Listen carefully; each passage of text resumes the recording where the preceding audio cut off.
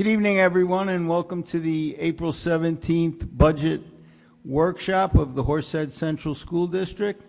Would you please all stand and honor America with the Pledge of Allegiance? I pledge allegiance to the flag of the United States of America and to the republic for which it stands, one nation, under God, indivisible, with liberty and justice for all.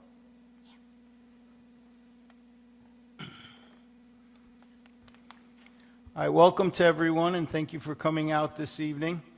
I'd like to lay out a few ground rules or what we're going to do tonight. So the first thing we're going to do after I'm done talking, we have two items of business that we have to pass, so we'll do that first. And then there will be a presentation of the budget. Then the board will have an opportunity to comment on what they hear, and then we'll open it up to the public. And we normally don't, during budget workshops, open it to the public, but we have for the last numbers of workshops, and we'll do so again tonight. So before we proceed to the business portion, the two items we have to take care of, I have to read a resolution, and then there has to be a motion to allow for the public to speak. So I'll read the resolution. Resolved that the Horsehead Central School District Board of Education provides a public comment session, even though tonight's meeting is not a regular business meeting of the Board of Education. This public comment session will follow District Policy 2370, public participation at board meetings of the Horsehead Central School District. This public comment section will be added to the agenda upon completion of the district's 24-25 budget development, and actually will be added after the board has an opportunity to comment on what they see. Can I have a motion, please? Second. Inquiries, discussion, comments? All in favor? Aye. Opposed? Abstentions? All right, then it passes. So I'll go to the two items we have to take care of. First is a finance item for action. Action 3.02, approval of the 24-25 Schuyler, Steuben, Chemung, Tioga, and Allegheny BOCES administrative budget. I just want to make the public aware, if you look at the figure, that is for the entire administrative budget for BOCES, and Horseheads is only responsible for a portion of the figure that we are approving tonight. So all districts contribute a portion to the figure. Can I have a motion, please? Inquiries, discussion, comments? All in favor? Opposed? Abstentions?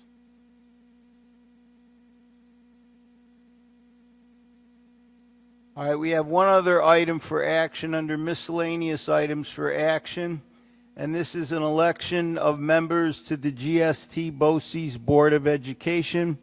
There are two candidates, and the motion is for the Horsehead School District to support both of those candidates. Can I have a motion, please? Inquiries, discussion, comments? All in favor? Aye. Opposed? Abstentions? Okay. All right, so now we move to the presentation of the budget as part of the budget workshop, and I turn it over to Dr. Douglas and the district team.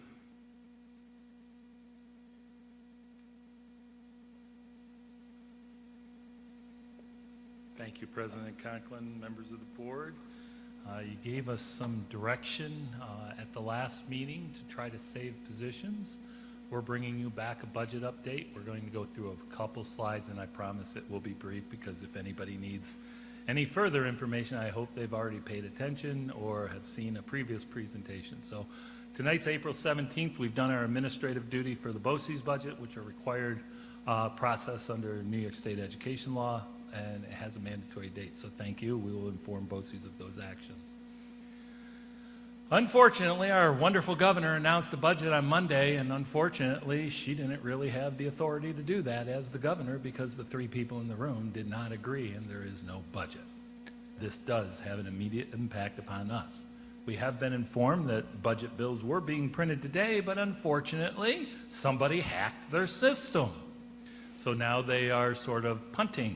All I ask, and I've sent some information on the state, is if you still have 9 bills to print the school aid bill first and get it passed so that school aid can at least be sent out in the school aid runs before a vast majority of their budgets are approved tomorrow evening. Ladies and gentlemen, we'll wait to see. As soon as we know, that could have a potential impact from anywhere from $0 increase up to what we estimate around $500,000. The initial information is it's about a 0.7% increase from the foundation aid, which our rough calculations means it could be somewhere between 100 to 200,000. But 100 to 200,000 would be about 0.5% of our levy. So it would have an impact. If we do not see that by the time we pass a budget and we get the money after, it just goes into a surplus. We can't use it for the levy or anything else, but we will try to have that plan developed just in case for tomorrow evening. Ladies and gentlemen, we already know these slides. Physical stress, state says we don't have it. I think our budget says otherwise. Some of the problems, we're owed $4.3 million from the past. The state says they're giving us money and it's illegally being held by the governor the other night on Capitol Tonight. I don't know, but I believe she's a little delusional. In addition, she didn't estimate anything about inflation rate at the local level or the state level, and she says we're giving everybody enough and they need to cut, or fall in line, and we need to give them less money. Unfortunately, the rate of inflation is going to hit our district consistently over the next couple of years, as well as every other district along. Anyone that is self-funded in their health insurance position is being hit extremely hard this year, and those are the districts you're seeing. So those are the state and foundations. Basically, we're owed about $13.1 million if we just kept up to the rate of inflation, and that would have just basically solved our budget gap right now. But we have tried to do things as lean as possible and at a lower amount for less over the past several years. We've already stated health insurance, contractual supplies, inflationary, past ongoing inflation, local lack of state and local aid keeping up with inflation, and the 65% minimum wage increase. People know that.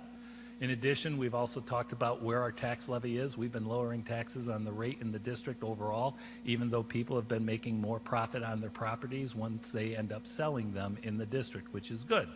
We don't want them to sell, but they are making more value in their own personal property, and that rate has gone down.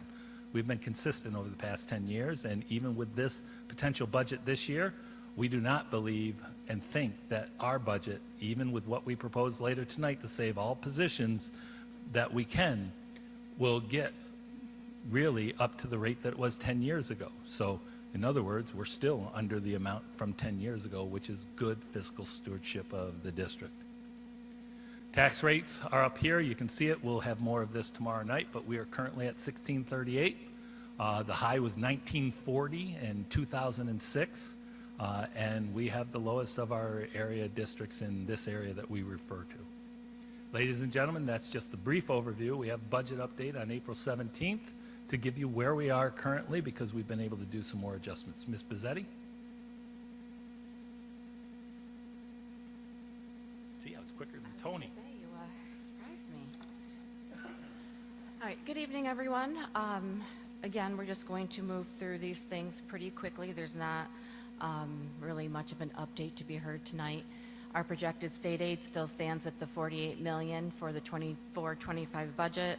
As Dr. Douglas said, we're kind of in a holding pattern to see if and when and how much the state may eventually release to us. But as of right now, this is what we know we're getting.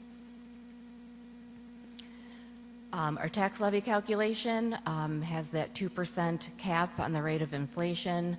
That's what we've been talking about consistently through these meetings, that kind of limits our growing power for the revenue sources that we may need to support the district. First half of the calculation incorporates the factors that are required, set by the state and by the comptroller, some ins and outs with the pilots. The important piece, though, is to note that capital exclusion piece, that increase of the $4.3 million towards the bottom of the calculation. This is the part of the calculation that we can levy a tax on for our capital projects.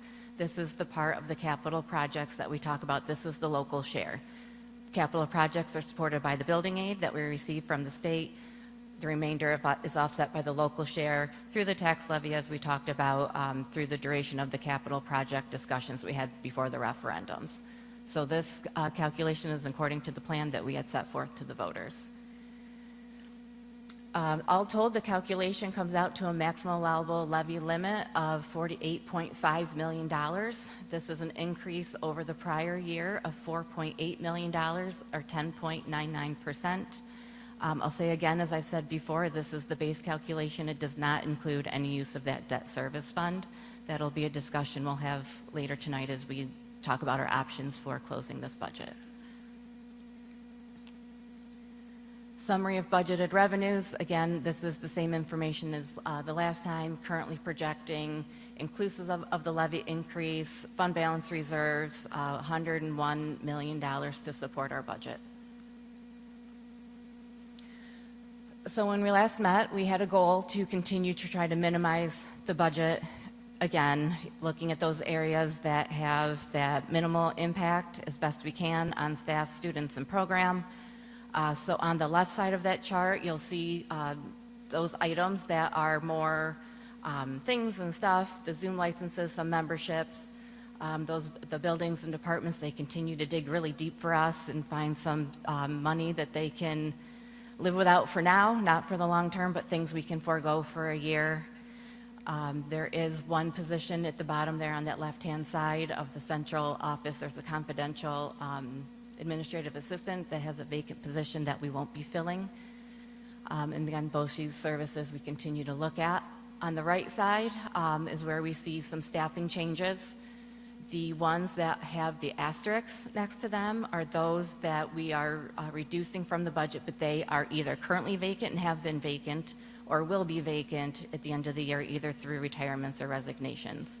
So those were reductions we were able to make in the budget to support our budget decrease, but those ones with the asterisks do not impact people currently sitting in those seats.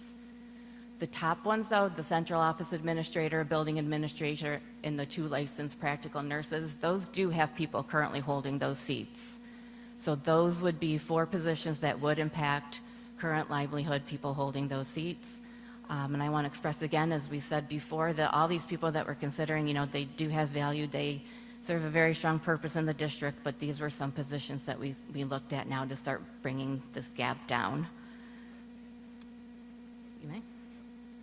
Just so that you know, in some of these, when you say vacancies, vacancies may mean somebody's leaving us to go to another position. It may mean they've already left us to pursue something else.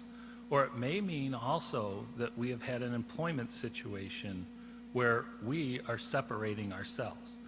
All of those are open positions. So we want the board to understand that these would be normal decisions we would have to make no matter what.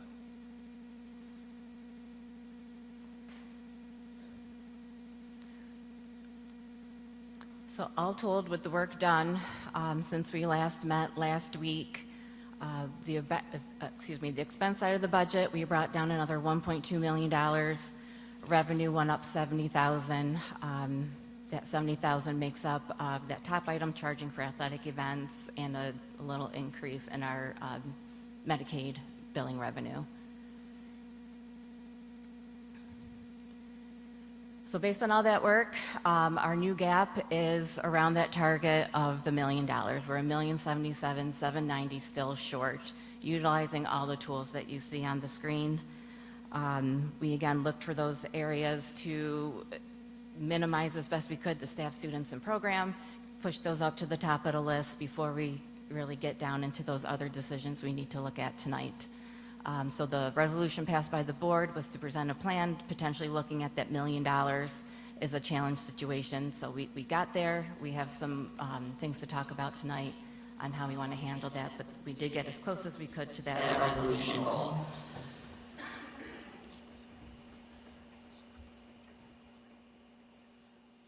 Any questions?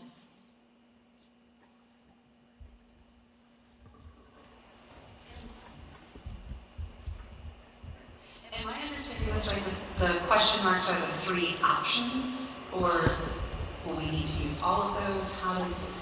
So they're all, the three question marks are kind of the ones where we could have some flexibility. State aid, we're still waiting on that foundation aid. We've talked about fund balance and reserve use, how much we're using now, how that impacts this year, our plan for the following year, and the subsequent year after that. So this is my recommendation at this time of that use, but certainly up for discussion if the board so chooses.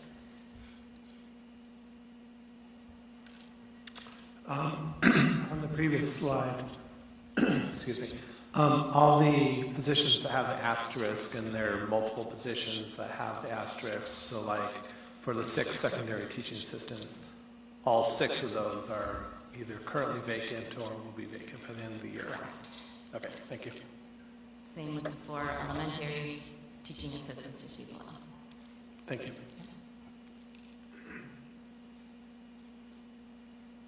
Okay.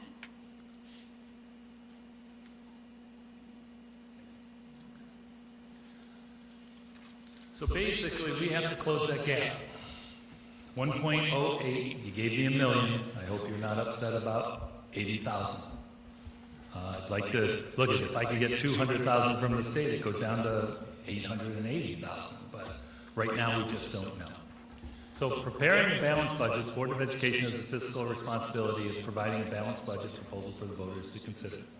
Of course, this is a difficult process, especially given the economic pressures that we face, but we're not alone in it. The proposed 24-25 budget. Administrative recommendations have already been made to reducing the expenditures to maintain the 2% tax levy limit. That's the list that you had the past couple of weeks. We've gotten some below that because of calculations. We still have all those above it, and we've issued jeopardy letters. The direction from the board last week is to try to minimize those jeopardy letters. So we have taken that, because we have to know where that is, because that's a fallback plan for the board, depending on what you decide for us to finalize for tomorrow night. Last board meeting, the board resolved that the administration create a budget that challenges a 2% tax levy cap to close the remaining gap of 24-25 proposed budget, which now you know right now it sits at $1.08 million.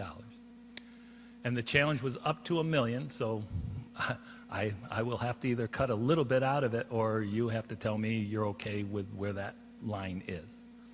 Above the 2% levy limit, maintaining programming and staffing. The budget that we are proposing to you right now in its current form tonight will do exactly that, with the staffing that we need. Additionally, the administration has been charged to create various tax cap challenges scenarios for the board to consider in final deliberations of the 24-25 budget that we will prepare tomorrow night, but we'll need some guidance and some, how would you say, leniency on us making some final decisions to bring forth to the board tomorrow evening to try to make it the best possible outcome from your guidance. So the tax challenge options at $1 million over, or if we put $1,080,000. Katie, would you like to come and explain your wonderful little chart? Because this will give you an idea of what happens to the tax levy.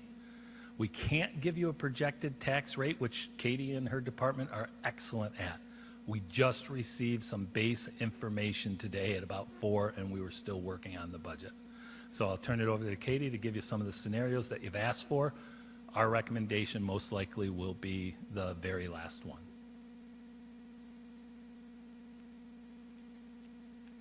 All right, so this will be a similar exercise as we did the last time, with the exception of using generic numbers. We've now plugged in what the actual levy is as it stands at this time. So according to the calculation, our levy is $48,531,874. No debt service, no challenge is a levy percentage of 10.99%, a revenue source of 48.5. If we opted to challenge by the million, not utilize any of the debt service fund to help offset that, the new levy limit would be $49,531,874. We would receive that full amount as a levy, and it would increase the levy percentage to 13.27%. If we matched it, put up $1 million of debt service to match the $1 million challenge, the levy limit goes back down to the initial $48.5 million. We would book in our system that $48.5 million plus the $1 million from the debt service fund, which increases our revenue, total revenue, to $49,531,874, the amount of the challenge. Using the debt service brings the levy percentage down back to the 10.99%. So back where we started in the beginning, since the challenge and the debt service wash each other out. The difference here is scenario B would require 60% supermajority approval. The initial option is the base calculation needs simple majority, 50%. Scenario C, we challenge by $1 million, we contribute 1.5 from the debt service fund. The levy comes down by that 1.5 of $48,031,031. We would record that amount as our tax levy revenue, book the debt service fund monies of the 1.5. That would have total revenue, get us back to that 49.5 figure for that $1 million challenge amount, bringing the levy down, though, not to 9.84% for that extra debt service use. Option D kicks it up one more notch if we contributed $2 million from the debt service fund. It brings the levy down by $2 million to $47,531,874.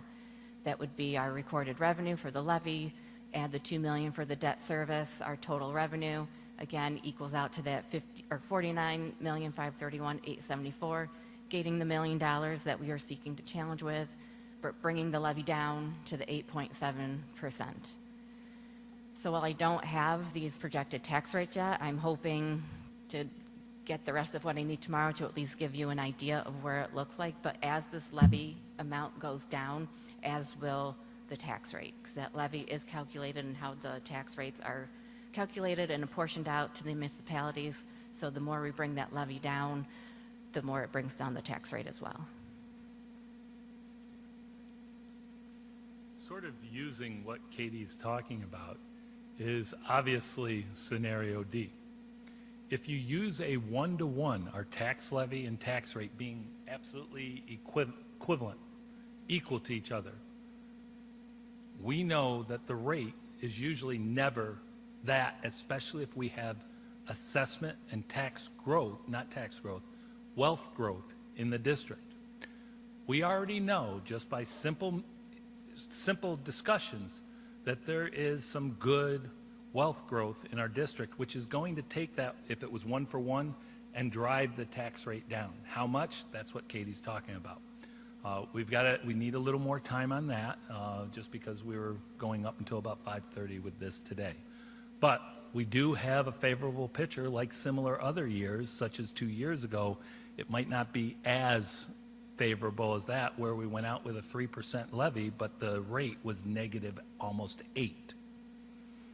You could hypothetically say, okay, we challenge, we go out at, say, 8.7, and hypothetically the rate could be 4%. We don't know yet, but say it's 4%. That 4% is what it costs to the property owner, not the 8. So that can always be confusing. But that's for us to try to determine and help. When we calculate, this is one of the things that this district is very good and her department is excellent at. We take a conservative approach. Last year, our tax rate estimate was supposed to go out, and it was supposed to be, I think, 58 cents on every 1,000, or $58 per 100,000. In August, once everything was fully on the rolls, it ended up being 34 cents per 1,000, or $34. Every single year I've been here working with Katie, that has been the case when we do the tax rate. that whatever we estimate, it has traditionally come in less. So that's an important number because it gives people the understanding that if we do scenario D, we will save almost, except for administration, and 2 support staff positions, which we are overstaffed in. And it doesn't mean that we aren't going to help those people, but we will save every program and everything that we've given a job in jeopardy if a challenge budget passes, which is what we've heard, and I think that's what the board has given us as a direction. So, in addition, you see these numbers right now. Look at that bottom line. Final state aid amount could reduce the levy challenge amount as well as the tax rate. So hypothetically, if we got $200,000, every one of those numbers would go down by about 0.5%. That would also bear out not 1 for 1, but a little bit more than 1 for 1 for the tax rate. So we could potentially be challenging with a very low potential increase in tax rate on a $100,000 home and keep programs strong, and as our community has said, staff strong. Anything else, Katie? What's after this? Okay. Got to remember, I don't have it in front of me. So the biggest thing is we're given this, we'll go through. It's really the direction to set the tentative budget for tomorrow night. For us, that's sort of the last slide, so I'll leave this up here. Any questions for Katie, myself, Tony, in regards to what you would like us to show or see? On your documents, you have, in, I think, executive content, the list, which there's an area that's shaded in green. Those positions are all at the 2% levy limit or below. They were given jeopardy letters, but they were okay through our budget cuts no matter what, even if we went out at 2%. Everything in pink above that to the next line is positions that are covered by the challenge. If the challenge is approved, everything in pink would stay in. Anything above that line in white is already put in to close the gap. Included in that are 2 positions of LPNs, a central administrator, as well as a building administrator, and already reduced our several other items up to about $3.4, $3.5 million, which means our budget is extremely thin. But in addition, I have heard everybody wants my head. I understand. I'm the superintendent. I lead. But the district central office will have lost a treasurer, which is an administrative support for the business office. They will have lost a clerical administrative support for the business office. To cover that, I am reducing my secretary, even though it's not up there, by a half, as well as Tony is reducing his support by a half or a third or whatever we need to do to cover the board, my office, curriculum, and business. So that's a third position. In addition, we're reducing in our committee of special ed. We'll help this person find a job because he's a very talented person. But that's an administrative cut, so there's 4. And what nobody knows is last year we cut a half-time administrator, brought on a director of instruction, and also took part of that and put it into a grant. But we also took our chief information officer and split it between that person and another person in CSE. What you don't see is we're removing that CSE as much, pretty much entirely out of the, not the CSE, removing that chief information officer out of the CSE and out of the director of instruction, and that's a reduction. But like you asked last time, well, who's going to do the work? 100% of that work will be done either from Tony, myself, or our director of instruction. 5 administrative positions or supports are being cut. We will be coming to you because we've started the process with our legal to sell Hibbard Road. We have listened and heard everything, and we had always had that plan because we will end up ultimately going to Center Street once the redistricting is done.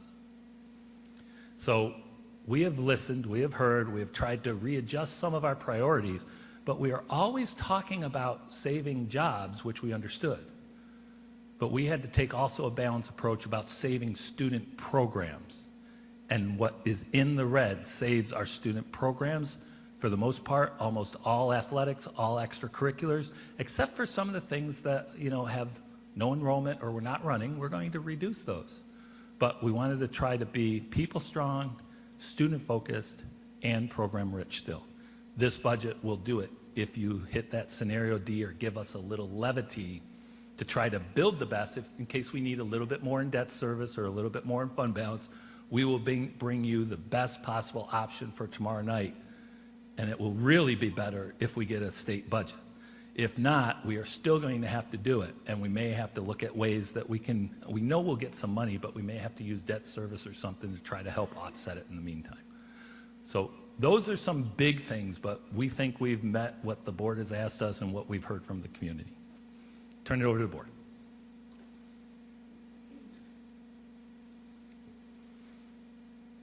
Inquiries. So thank you very much. This was really helpful, especially this slide is really helpful. So I have two questions. One, I know proposing scenario D with the 2 million in debt service, and we feel comfortable with that considering what we are looking at in the out years. That this would be a comfortable. Remember, we have roughly, I think it is, Katie, $5 million currently in debt service. Right. And the reason why we have to be careful, we can use a little as long as we know we're replacing it. But we will have some premiums that will come back to help replace what we're using. But if you look out of 5 million, say you use 2, say you use 2.2, okay, that leaves 3.8. Okay, now next year, you have to use less than 2.2. You have to develop the step off, or you could continue using it if you're putting that much money back in. But that would be something, I trust my business office to regularly monitor, and we'll make sure we have the right plan. Right. And then my other question is, I know, we've talked a couple of different times and everything, but it wasn't reflected on the slide about if we developed a process for charging certain organizations to use our facilities, that would also add into the revenue. So that could help offset that $80,000 that's not in here. Well, no, because we've already put a figure into the budget. You did put it in. Oh, Okay. we didn't? Okay, good. No, we didn't. I didn't see it on the slide. I so was that's why. I was answering a lot of things today, so Right. we haven't had a chance to talk. But Okay. I do believe they put in something for charging emissions for athletics and stuff, so that's in there. Okay. And then the other comment, sorry, and then I'll be done I'll be done. The other comment is, that yes, we would need a supermajority, but the fact that we could go out at supermajority by scenario D, go out with a lower levy percentage, and, hopefully that would then get more people out to vote versus if we stayed at the 50%, we are going out at a higher levy and we're losing positions. So, I think this is a good scenario. We believe this meets the board's intention in the community that have come and commented. Thank you. I'm done. Liz? I think I'm there, but I'm hoping you can help. Can you draw a dotted line for me between the scenarios to the spreadsheet and what you meant by the colors? Like if we went with scenario B, what does that mean on the spreadsheet? I will let Katie, because I'm not good with this sheet with her, and I don't want to muck it up. There you go, Katie. So scenario B is what we're looking at and how it connects back to where we start? Is that?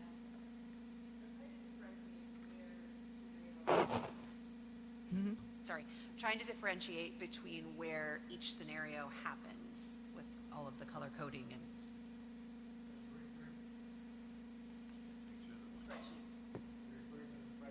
Yes. And Okay. And the options. the fact that they're all $1 million. Yes, this is all a million. So Tony, if you want to walk them through the spreadsheet. Yes, of course. So as it notes at the spreadsheet in front of you, there's an explanation that there's a number of that 1,777,790, nice black line across row 31. That, and that's, I know the number above it is different, but after adjustments that normally happen in the budget cycle, and as Katie and the team do their work, that leads out to that number. So what any one of those scenarios in the 60% voter approval options achieve and hold safe everything south of that line, whether it be in the pinkish color or the green. If you scroll further down, you'll see that original line thereabouts of the 2%, which is scenario, that first one, the 50% voter approval, without any increase or challenged amount to an additional revenue. So it says this is our line now, if so desired.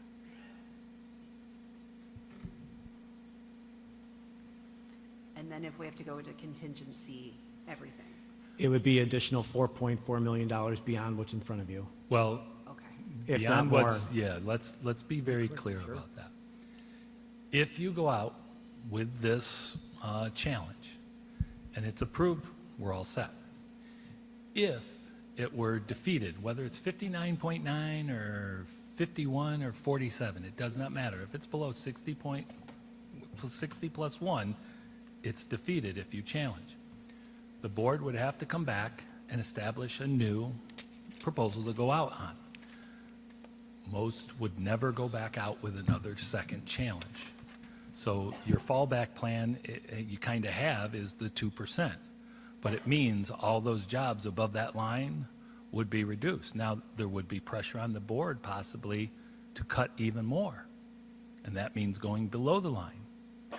Say the board goes out at the 2% and that, say, fails at 49%. The board will then be automatically placed into contingency. Everything up to whatever you went out at would be reduced, and you would still have to reduce whatever the tax levy was that you went out at to support the budget to get it back to zero. That means at 2%, we would still lose roughly 36 positions instead of the 49, we know that. We'd lose everything that we've already reduced.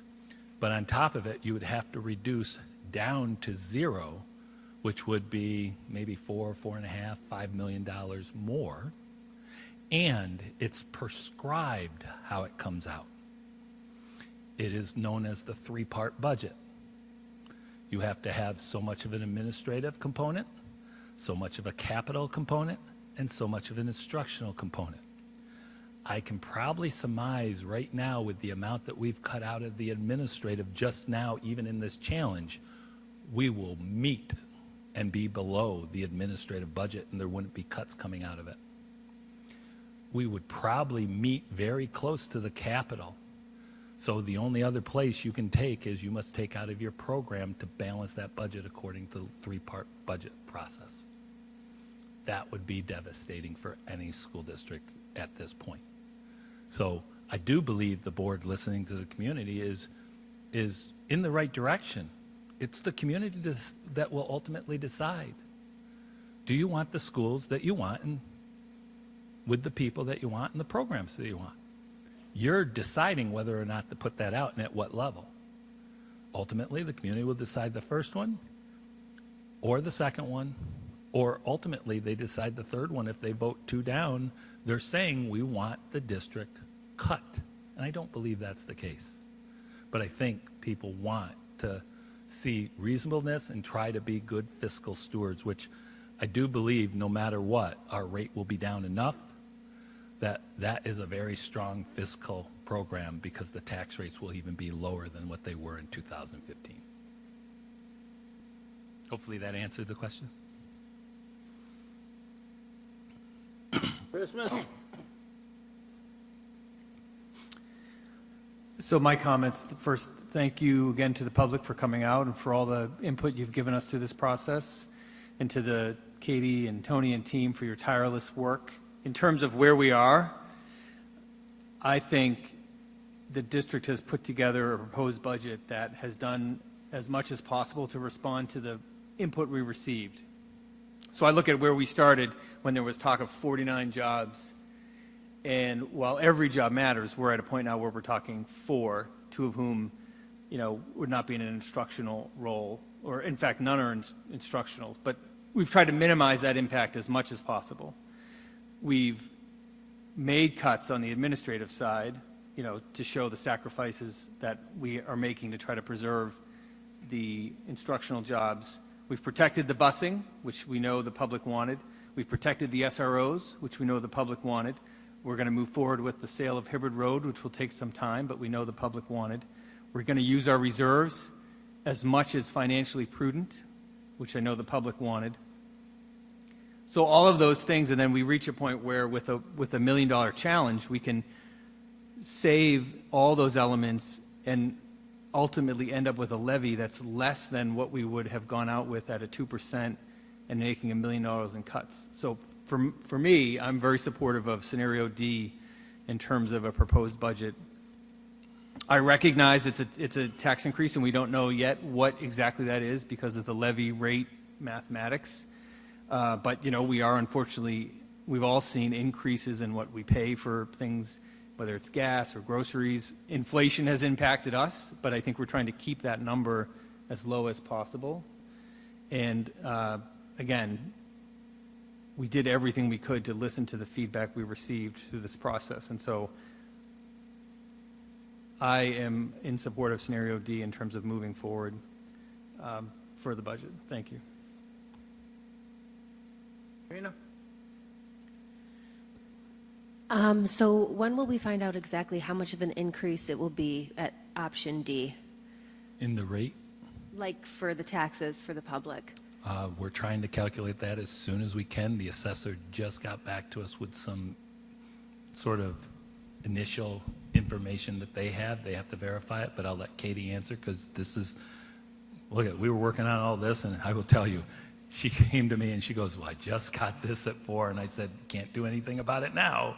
We've got to get ready. So we will try to do that. If we're not ready for that tomorrow, we know it will go down, and I'll let Katie talk about it, but we will have it in the newsletter no matter what. Right, so any tax rate information that I may be able to present tomorrow is preliminary. It's based on the data that the assessors have compiled to date. They're getting close to the end of where they have to be finalized, but our actual final rate is not set and final till August. But the projections we're able to do at this point in time based on the information from the assessors in the county, information that's submitted to New York State as far as equalization rates, do give us a very good feel of where things are going to be. So again, as Dr. Douglas said, with the components that we have, we can put together a conservative estimate. We try to be conservative so we don't have the wrong surprise at the other end in August. Usually the surprise is it went down lower than what we said, and Right. that's what we want people to always feel, because we want people to trust that we don't just take, oh, we'll tell you it's as low as it is, and then it doesn't, and we've never had that happen to us so far. Okay, so we might get more information on that tomorrow night. Thank you. I look forward to that. And then,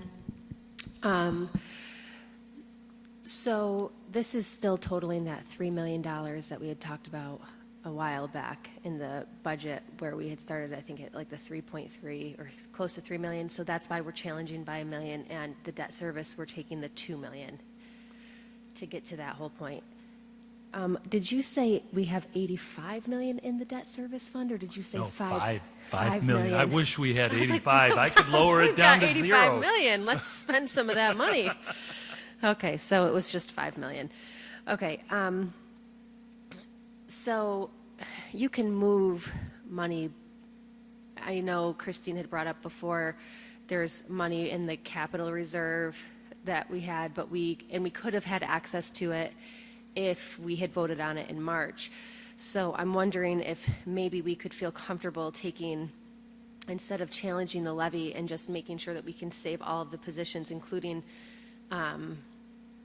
you know, the people, still the people positions that were further up on the list, and just take all of the money out of the reserves, and then at the close of the next budget, possibly make that decision to move some of the other money around from the other reserves, if that's allowed. Well, if I can real quick, Katie, I'm going to speak for Katie. we can't count on the voters will release that 3.2. So if we use all the reserves this year and say we're building a budget next year and they don't release it, we will be cutting all of that. So that's why, like when I said with debt service you want to step down, the same thing is true with reserves. You don't want to use it all, because next year, when you use a reserve or fund balance, you have to be able to either replace it next year or you lose the use of it. So what Katie's doing in her team is the amount of reserves, ERS, TRS, and that is a set amount that they feel comfortable with, so that next year we still have use of some of that. The hard part about it is that we have this looming tax cert for Arnett Mall that could come due at any time. We don't think it will be due next year, but we have to have reserves to pay that if it does come due, and that's what we explained previous. So that we'd be very cautious. Katie, would you not agree? Yeah, I don't think I would recommend draining current reserves for a what-if at this point.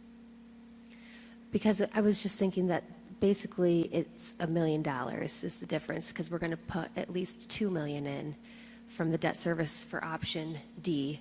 So if we were to put in that extra $1 million and then just take care of it all out of reserves, and then maybe go to the public and say, okay, we'll take $1 million out of the capital one that we had because we didn't know we could do it in March, but we'll take $1 million from there, and maybe they would approve that to just keep everything as is, and then know that we'll work really, really hard and start jumping into it right away to try to go through and change things. Right, so the challenge is the more we rely on those one-time shots of money, reserve use, against recurring expenses, we have to be mindful of when those one-shot sources of money are no longer here. Eventually, those one-shots may not be available. Right. So they are fine to use.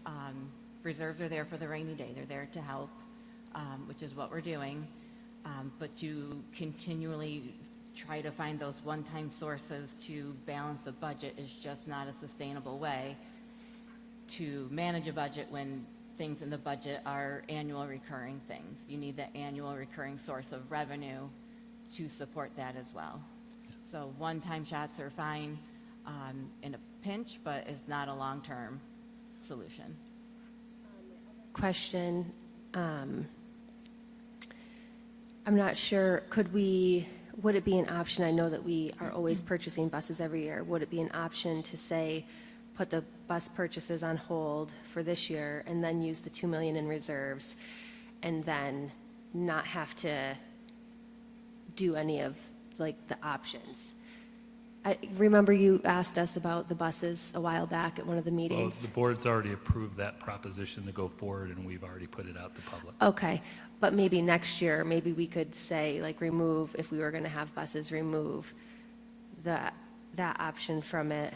Or, like you were saying, we had paid off one of the bonds or the bands for the one thing, and that was like $1 million, so that's not going to be in the budget anymore because that was like a one-time thing.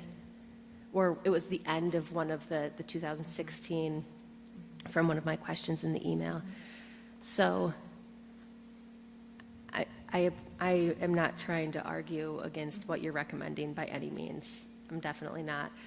I just am trying to figure out if there were a way to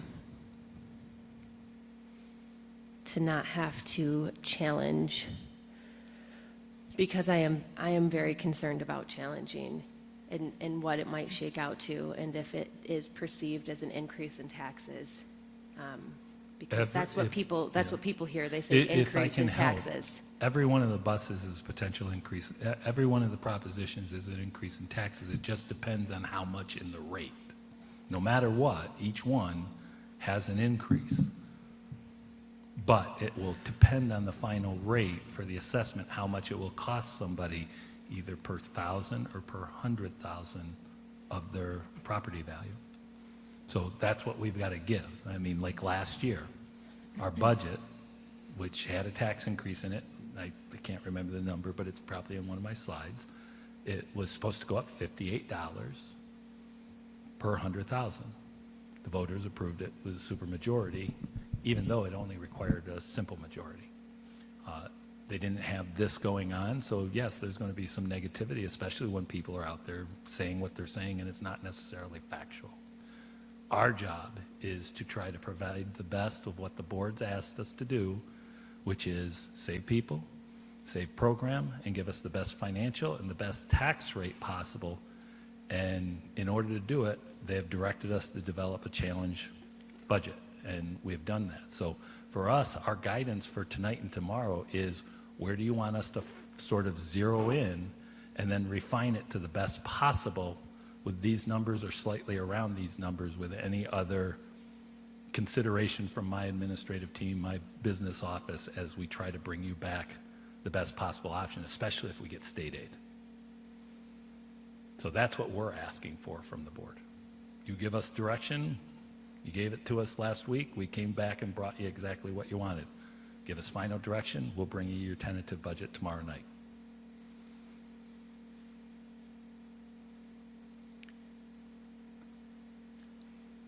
Mr. Johnson?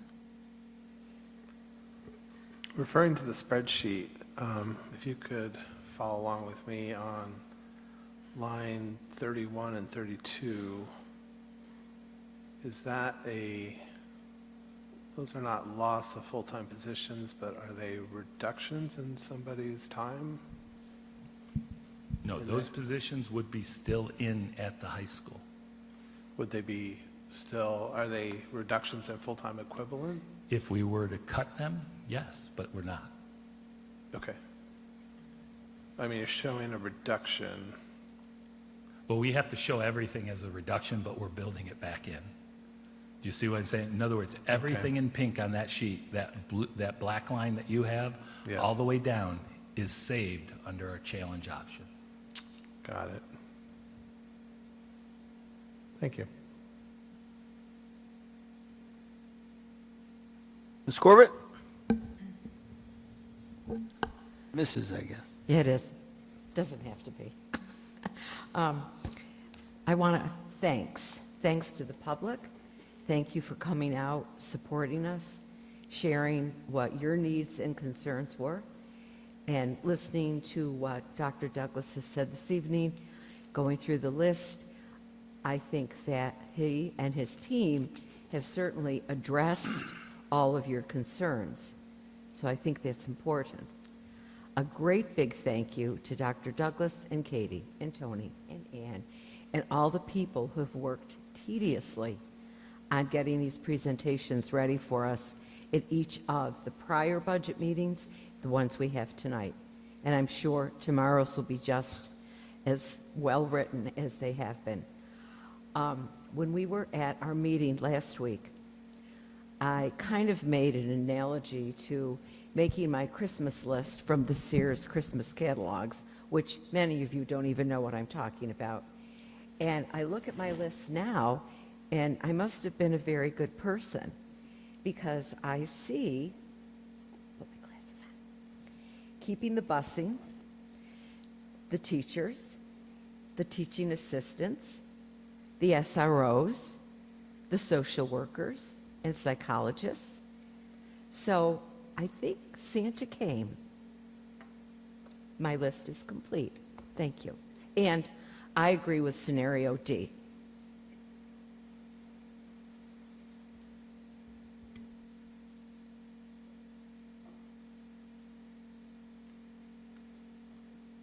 I have one more question, I'm sorry. But in scenario D, everything in the white is still getting cut.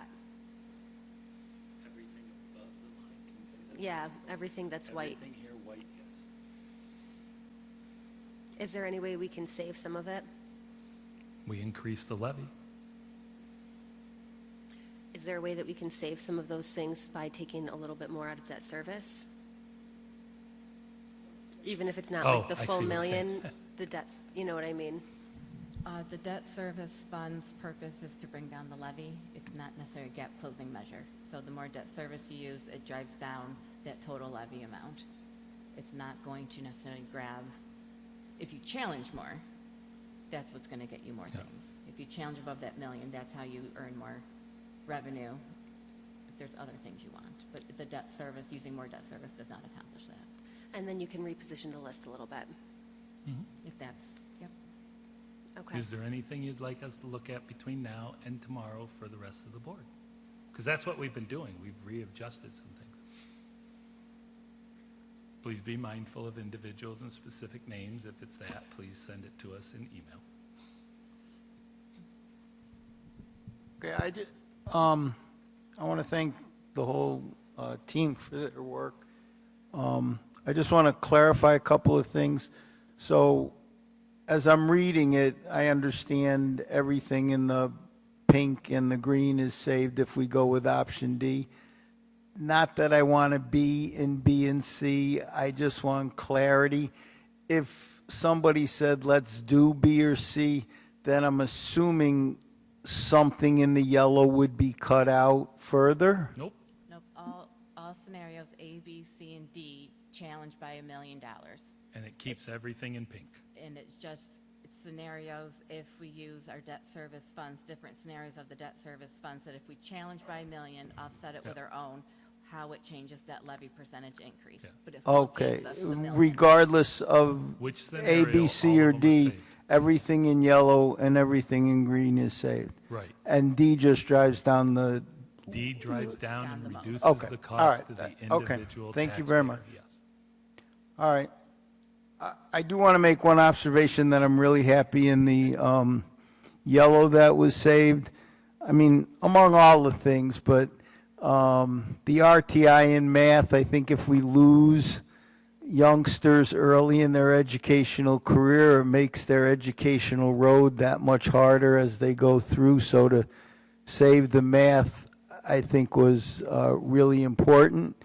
If I had a wish list, I'd like to see maybe the reading, because that's in the white, but if it can't be, it can't be. I think you've done an outstanding job of bringing the best choices to us. And I would support, at this point, what you presented to us. Just as a comment, just so that you know, even though there may have been like a potential reduction, it doesn't mean that we're still not going to provide that service. Even at the 2%, we were still going to provide RTI, it just we're providing it differently. Just like anything else, even at the 2%, we were still going to have our full education program.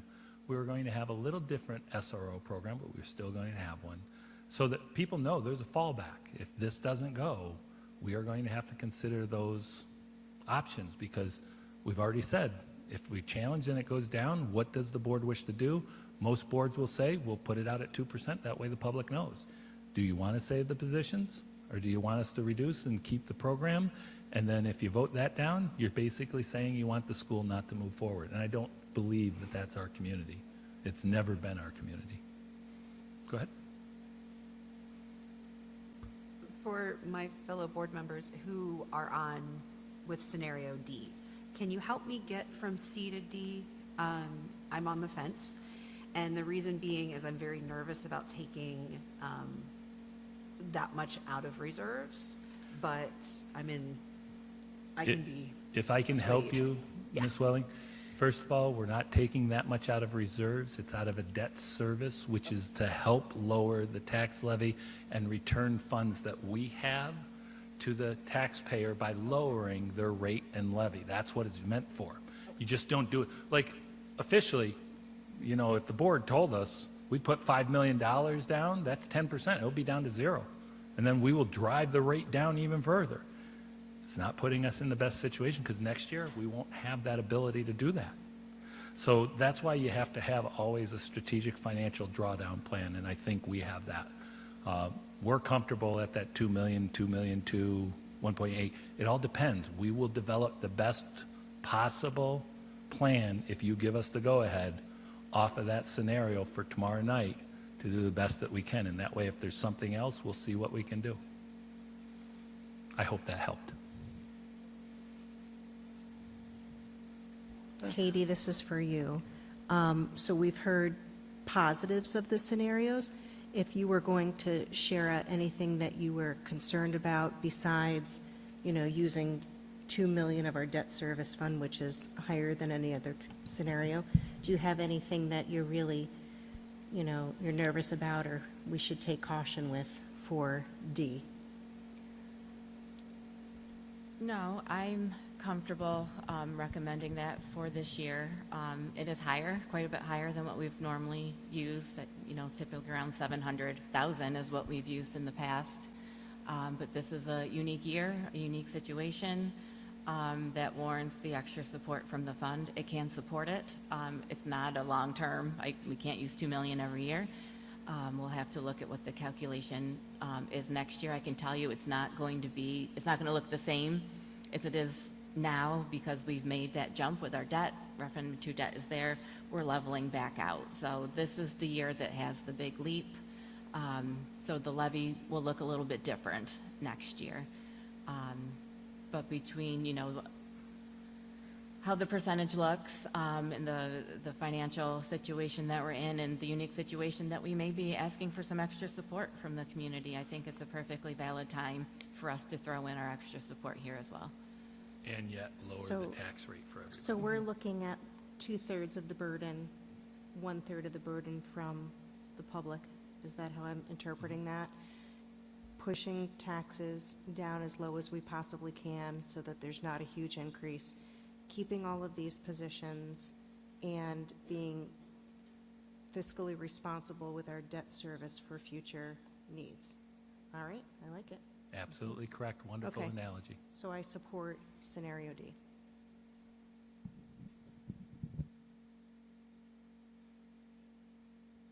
Any other questions or direction on a board taking a resolution saying guide yourself along scenario D, please? We'll give the board a final say in a few minutes. All right, I'd like to open it up to public comment. This period will last for 30 minutes unless the board votes to extend the comment section. Those who wish to comment during this time, we ask that you speak at the designated microphones. We ask that you state your name and your address or any responsibility or role that you have in the community.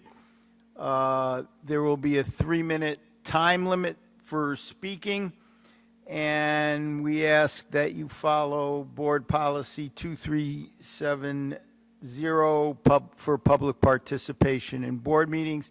And if you came in tonight, you could have taken a picture of the QR code, and it's all printed out for high-tech usage. And this isn't really designed like to be an exchange. It's for us to hear your concerns. I think the administration heard your concerns. They did the best they could to save as many jobs as possible over the last 2 board meetings or workshops. Tonight I'd ask if you have any other ideas. I think we heard clearly that the community wanted to save jobs, and I think the proposal tonight showed that the district made an effort to save as many jobs as possible. If you have any other, I'm sorry, start over, restart. Last time, the community asked that we use more reserves, and I think we showed tonight in option D that we did use more reserves. So we've heard all of those things already. So we'd like to hear if you have maybe a different idea we haven't heard, not the same ideas already. I think we've incorporated those ideas already. So with that said, if you'd like to speak, and we will have 30 minutes of public comment.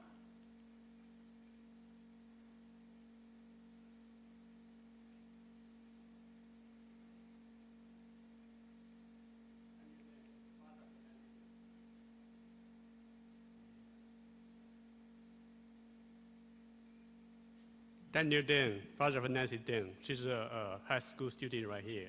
We have a strong debate. First of all, I want to express my appreciation for the whole board. Cover a long way. I attended 3 meetings.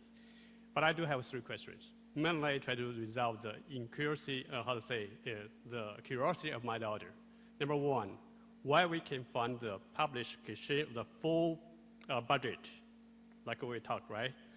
Number 2, this is try to address my daughter's question. This is number 1. Number 2, what's the top 3 priority for the spending of this budget?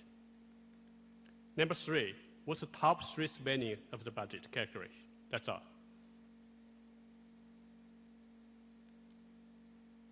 Can we fund the publication of the full budget? Because my daughter very interested, and I'd like to explain to her. Go ahead. The budget is on board docs every week that we have a meeting. It is going back till 2017, and it is the revenue and expenditure line that covers the full budget of the district. So that is always available. If you want, contact my office. I'll have Mrs. Clark, if you send me an email, we'll send you a link to where you can find it. Well, appreciate, because my daughter and I have a strong argument this morning before she come to the school. She said she cannot find it. I said, try contact one of you, right? If you see me afterwards, I can show you online. Good, thank you. How about the next 2 questions? I know it's still try to educate our next generation how to look at the number, how to work through line by line, what's the priority, what's important for them. Our priority is our education program, as well as we've always had the standard of 3 A's, academics, arts, athletics. Our program is intact in complete, full totality, and our staffing is primarily almost 100% intact. Great, that clarified my initial question from the first meeting here. Next question, what's the top 3 spendings? I know we talk about how to preserve a job, that's excellent accomplishment. What's the majority spending in next year's budget? The majority of spending is always on staffing. Okay, got it, thank you. Yep. I do.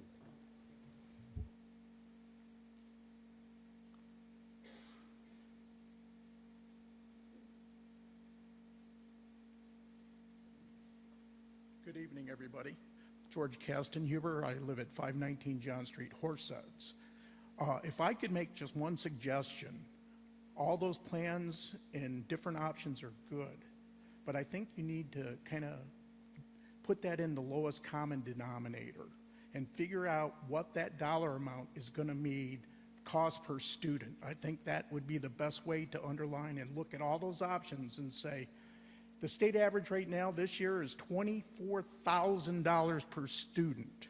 That's what the state put out for numbers. So if we can come in under that amount and say we're below the state average, then you would be able to basically walk this budget through, I believe.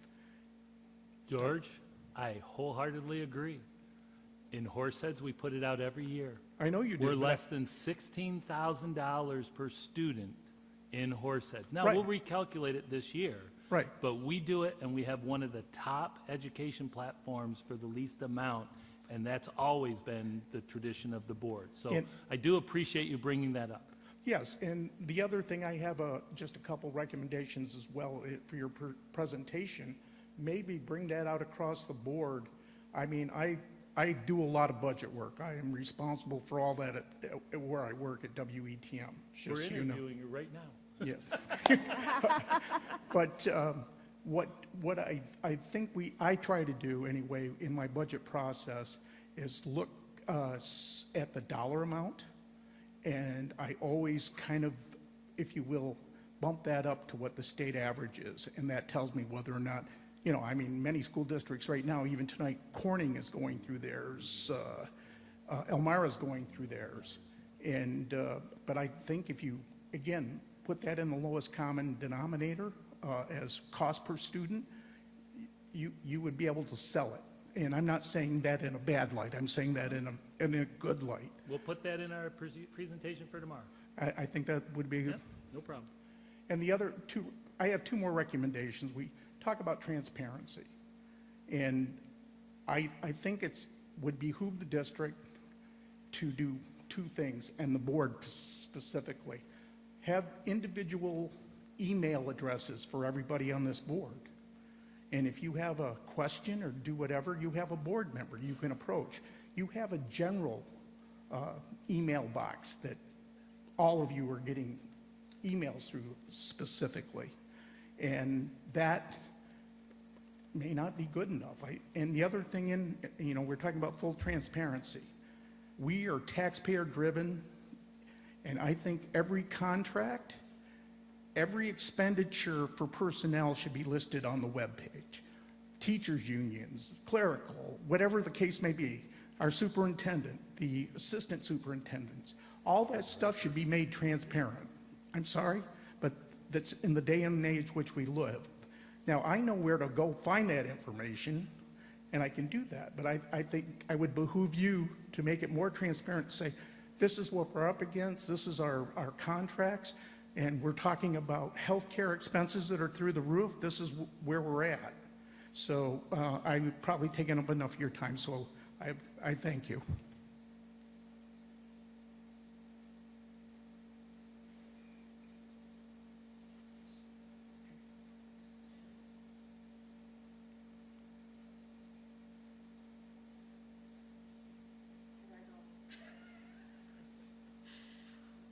I heard, Julie Lynch from Big Flats.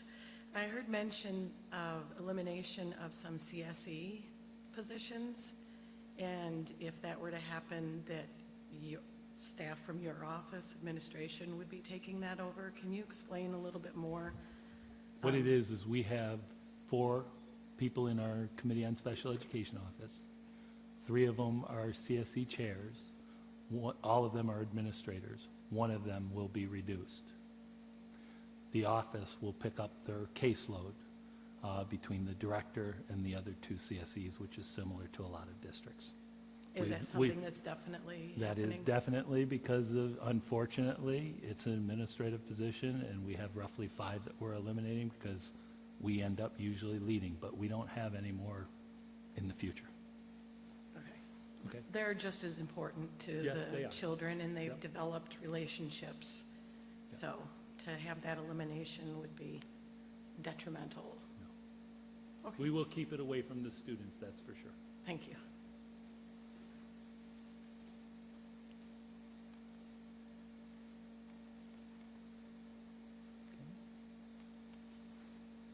All right, I see no other people walking towards the microphones.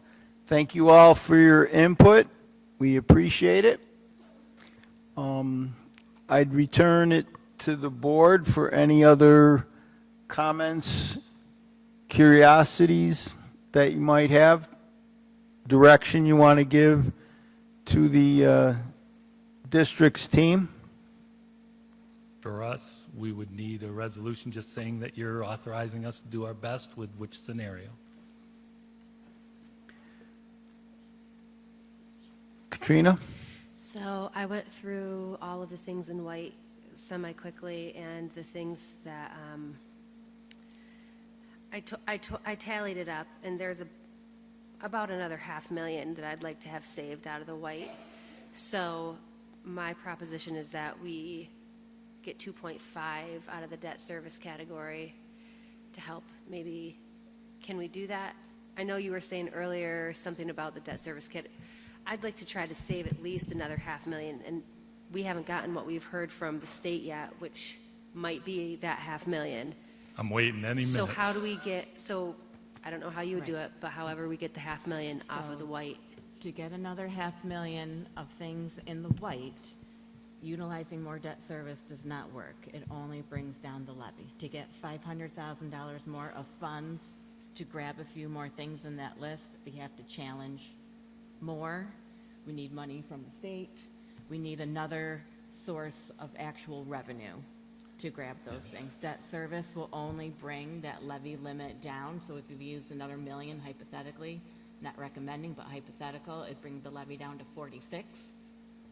And I'd still be booking 46 is the levy, 3 million for debt service, revenue still the 49. And So then, we still only gained $1 million if you're looking for additional funds. Right.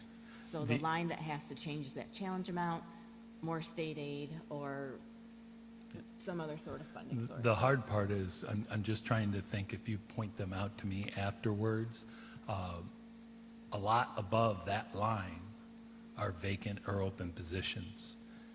And no matter what, the district has to set up for next year that those positions are not necessarily warranted. They do not affect people, individuals, and we have to make some reductions to be in line at least close to next year. But if there's something really, I mean, we'll look at it. I just need to know what it is. Yeah, I mean, so I have the 4 positions of the people that are the people on that list. I know that we had talked about the board membership, but I do think that that's a very important tool for new board members to have, is to have the access to NISBA. And I had on there, well, I can tell you the lines that I had on there. 5, 21, 19, 20, 18. Go slower. Can you start over, Katrina? Yep. Thank you. 5, 21, 19, 20, 18, 16, 24, 28, 17. So it does go a little bit over that. So in order to do that, we would then have to say that we are going to challenge by 1.5 million. So if we challenge by 1.5 million and we put another debt service into of a $500,000, would we still continue to bring down that? So it would basically balance it out, and then we would still be at that 8.7%, essentially, if we're putting the $500,000 in the challenge and the $500,000 in debt service. Right? It would gain you the other 500,000. So it would essentially offset it. So I'm thinking if we're going to be asking people to challenge it, we're still coming back out at that 8.7%, bringing it still to the same scenario. Yeah. And But remember- using the extra of the debt service, which we may not have to use, so we're still presenting ourselves with the nice scenario that looks good, but we're also keeping the positions, and then we're going to hope that New York State pulls through with that 500,000. They are not, I will tell you, it is not going to be 500 because they've already at least announced it would go, like it was supposed to be 4.1. She brought it down to 2.1. Every indication that it will be 2.8, which is Yeah. about a 0.7, which is about 200. That's it. I At mean, the I most. just think that if I'm going to challenge and I'm going to put that out, I would like to just up the challenge a little bit to save the rest of those items. I think that that pretty much saves everything except for the vacancies. And then we would still also be getting some increased revenues, like Christine was saying, from the rentals of our facilities. So I would feel good about that, challenging by 1.5 million and then taking debt service to 2.5 million and still staying within the scenario D. And believe me, I love you saying that. I worry because, I think you said tonight you're worried about the challenge, so you're actually increasing the challenge at the same amount. At the same amount, but it's Right. the same thing. We're still at the Well, 8.7. I agree. We're still the same narrative. Oh, I agree, but if the positions we are excising above that line, we're trying to drive that 8.7 down, not keep it up. That's the thing. So it's whatever the board wants us to do, we will do. I like that because I might be able to save a couple people. That makes me very happy. But I also know, as being one of the few superintendents that have ever passed a tax cap challenge, you try to get it as low as possible. Yeah. But we're keeping it the same. We're just, And that's what I'm saying is, depending on our work tonight, I can possibly bring that 8.7 down even lower at the numbers that we're at, and we're not losing anything. That's what I'm worried, just like you, just like I know the board is, about making sure we pass this challenge. Because one is, I don't want to go through it a second time. If, say, I can get that 8.7 down below 7, that's better than 8.7 and adding positions. And I'm going against my own position where I want to protect people, but I also have to be realist and make sure that the district, hopefully all the people that have been here, will pass whatever we put out. And no matter what, I think it comes down to, what's that final rate? What's that estimate? Because if we say that that rate is, say, I'm just hypothetically, don't use it on the TV or anything, please, but hypothetically, say it's 5, right? 5 times 16 is 80 cents. if it hypothetically worked out it that way, 80 cents would be roughly $17.18. We're well below where we were 10 years ago. But if all of a sudden that 8.7 is not able to be that 5%, now it's, say, 8.7, and it goes up to 6.5 because we added the 500,000 in and the debt service, and I wasn't able to lower it. Now it could be 6.7, there's 6, 36, there's 96, plus a half. You're looking at almost $1. Now we go from 16.38 up to 17.38. It's a little bit, but it depends. What's the tipping point for our community? I just know from my experience, the tipping point is get it as low as possible. That's the tipping point, because nobody wants it to be high, and if you can get it low and still save things, it's really where does the board feel that the community is going to be at. So I'm not against what you said, Katrina. I very much appreciate the sentiment and statement. We just have, we only have 24 hours, so we need to know what the board wants to do. So I just want to make sure I'm clear Yep. with what you're proposing. Increase the challenge amount to 1.5, increase the debt service use to the 2.5, so they continue to interact with each other as in scenario D to the 8.7. And preserve these try to preserve as positions much of that as in possible. such that you've listed. The four people that we've indicated hold slots in some of these other positions. Yeah. Right, okay. Okay, we'll look at that overnight too, if that's the will of the board. Yeah, I had 5, which is not in any particular order, because what I did is I was writing them and then I would go back and write on above it. But line 5, 21, 19, 20, 18, 16, 24, 28, and 17. It does kind of take it a little bit over because I didn't add in line 17 until just the very end, so it might actually be a little bit over, closer to like 0.6, but that's what I came up with. So if I'm reading that correctly, and maybe I'm not reading it, so line 28, it says in the description that all those reductions are done through vacancy. So there's currently not people in those positions. Nope. Correct, Tony?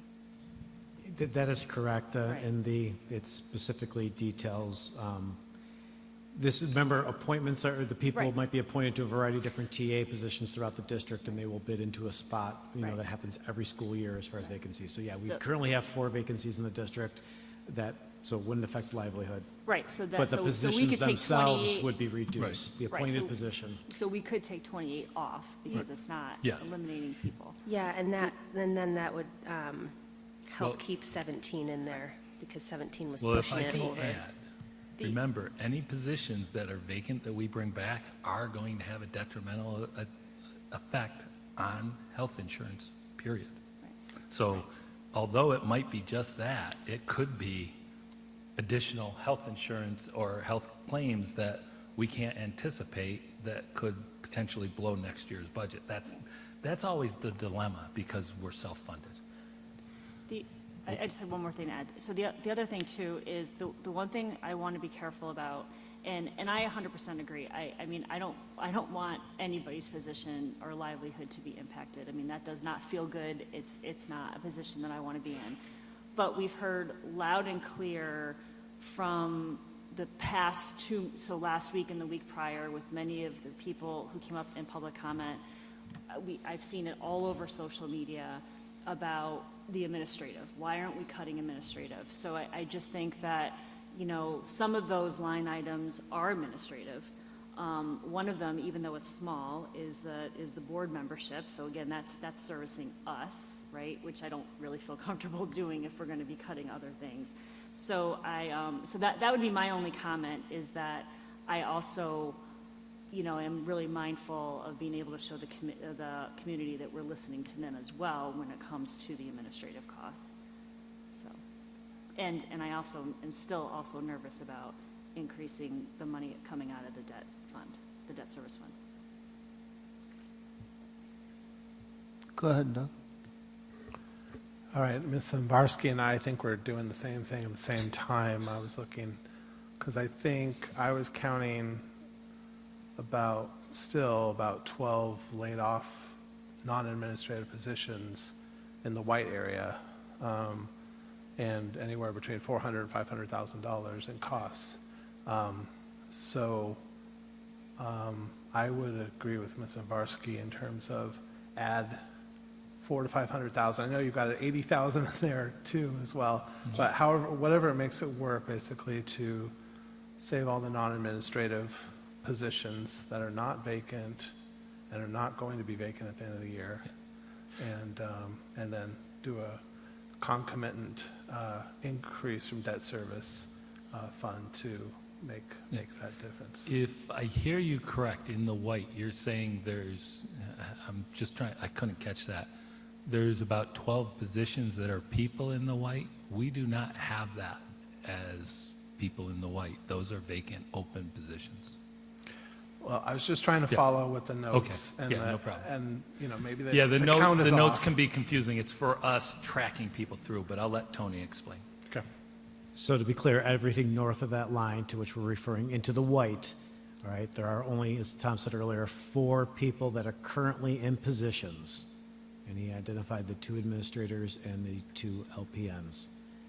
All other positions are currently not, they're vacant. They're not positions where there's a place for the person to land because of a retirement or a resignation or normal course of business, people coming in and out of an organization as large as we are.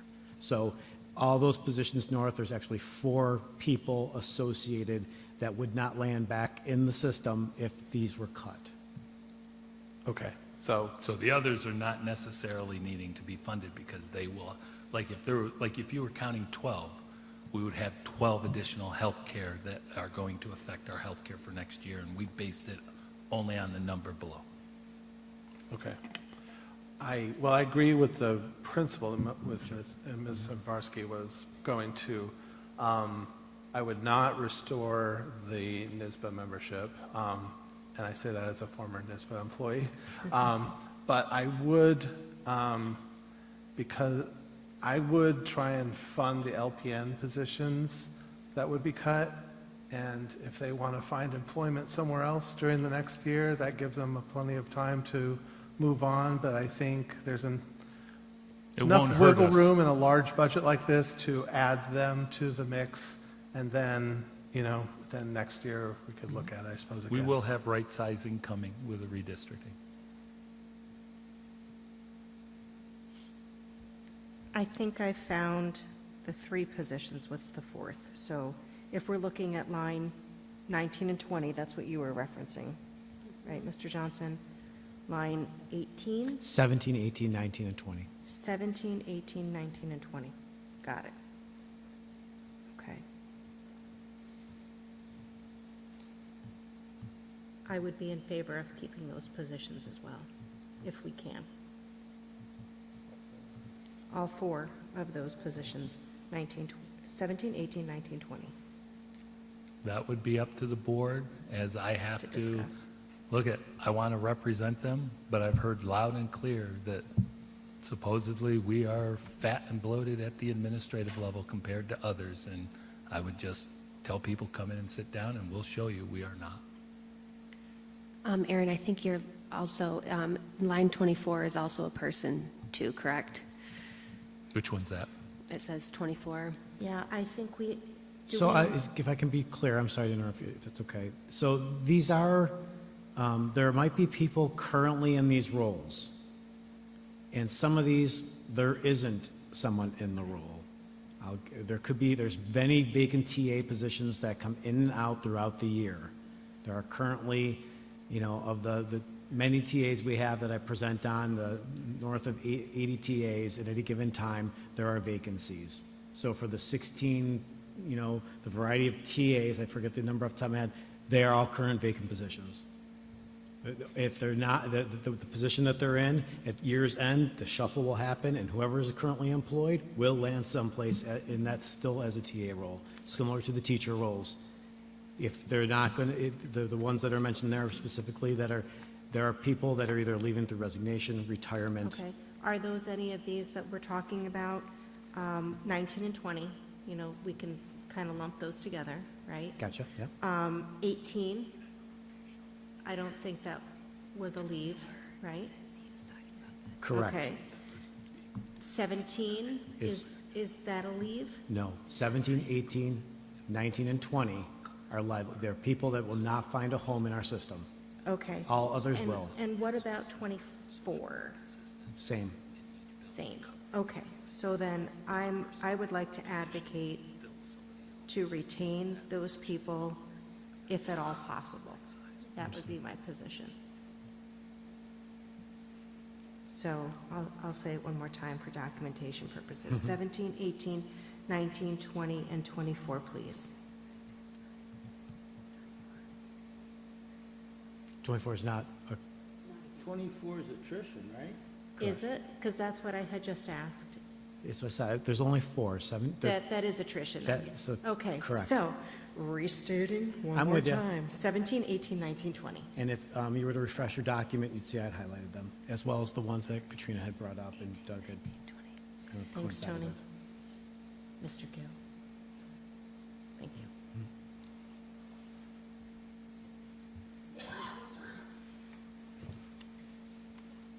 I guess I just wanted to, make sure I understood, Aaron, if I can, are you saying advocating through additional challenge or through other means? I wouldn't want to see it through an additional, well, yes, I think I agree with raising the, hold on, I want to use the proper terminology, the debt service fund. And can I ask a further question on that, just for my own understanding, because I don't know if I know the answer to this? If we sell Hibbard Road, where would those funds land? Eventually, those funds will land wherever the board would like to put them, either in the budget for a one-time expenditure, into reserves to use at a later date. You could also put them in the debt service to drive down local tax base in the future, but once it goes in, that's all that it can be used for. But until that happens, you cannot count on any funds. That's the hard part. Got it. Just, So if I may in really my quick- perfect I'm sorry. little world, right, in my perfect little world, I would love to see the sale of Hibbard Road, these funds be put into whichever budget is appropriate to support, possibly debt service fund, but to maintain as all of the positions if at all possible, without as much impact as possible to our taxpayer. That's my Christmas. That's, That's right my there, you Christmas. had me until hello. But I mean, at some point, we're looking at how can we have everything that we want? I don't think we can. Everybody has to give a little bit, right? We will try, We from have what to you've try. told us, the best possible plan, keeping in the sum of that, once you give us sort of the parameter.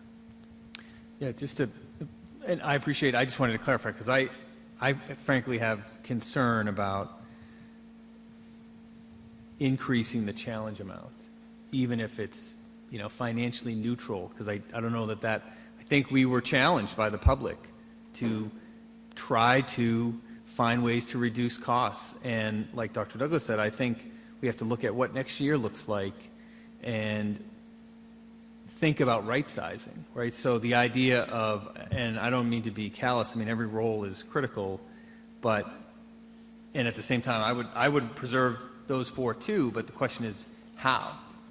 And I'm not sure I'm in favor, so if you could tell me we could find another $300,000 in reserves, which is what it would take, but I don't think that's possible, because we know we need our reserves to balance this year's budget, because The of tax cert is something that's Right, out there. that we right. need. So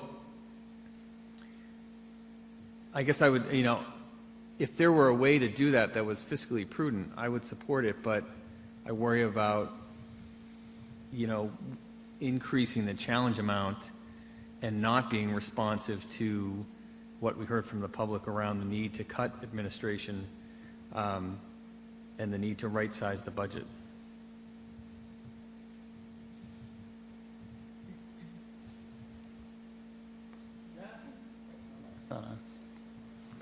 I think I forgot to mention earlier, I'm in favor of option D up there. And I think I'm only comfortable restoring the two non-administrative positions, either through a slightly increased challenge to the tax cap.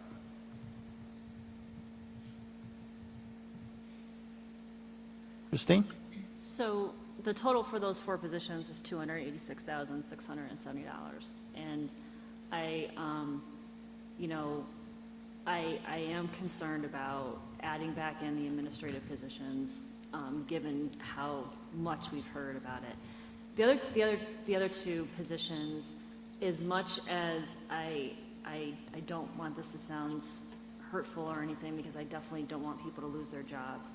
But remember, many of these positions that were added were due to the pandemic and coming out of the pandemic and operating in a pandemic environment where we had different procedures, we had a lot of testing, there was a lot of that, and we don't have that right now. And so, you know, I think, you know, thinking about that too, as we look to be able to right-size the district, that would be a concern that I would have, especially if it means going out and challenging even more with our tax base. And we already know that, you know, we can't use the debt service to pay for this, right? So it's not like we could just take another $286,000 out of the debt service. We would have to challenge at $286,000 and then increase the debt service going in to help offset that. So, and I still worry about taking more from our debt service when we still have rough roads ahead of us, and that concerns me. So, I mean, unless we find out from the state that we're going to get additional aid of $286,000 tomorrow, you know, I worry.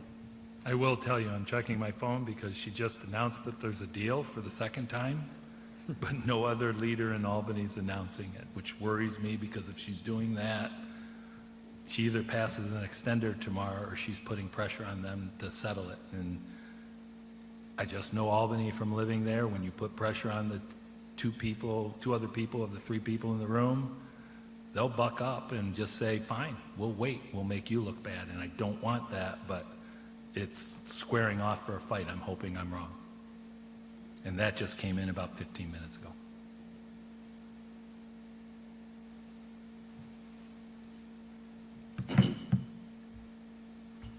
Two questions. So the NISBA membership, I'm on the website right now. If we don't have the NISBA membership, we can still go to the conference, we still have the mandatory training, you still have access to all their documents. We just pay a little more. Like to go to access those things. Okay, so it's really just, we're giving that up. And then, what is the windfall that we can expect for Hibbard Road? Like realistically, are we looking at 5 million? We looking at 500,000? No. I am not the realty appraiser. We would have to go through a process. First of all, we will have to have eventually a resolution of the board that we will have to work with our attorneys.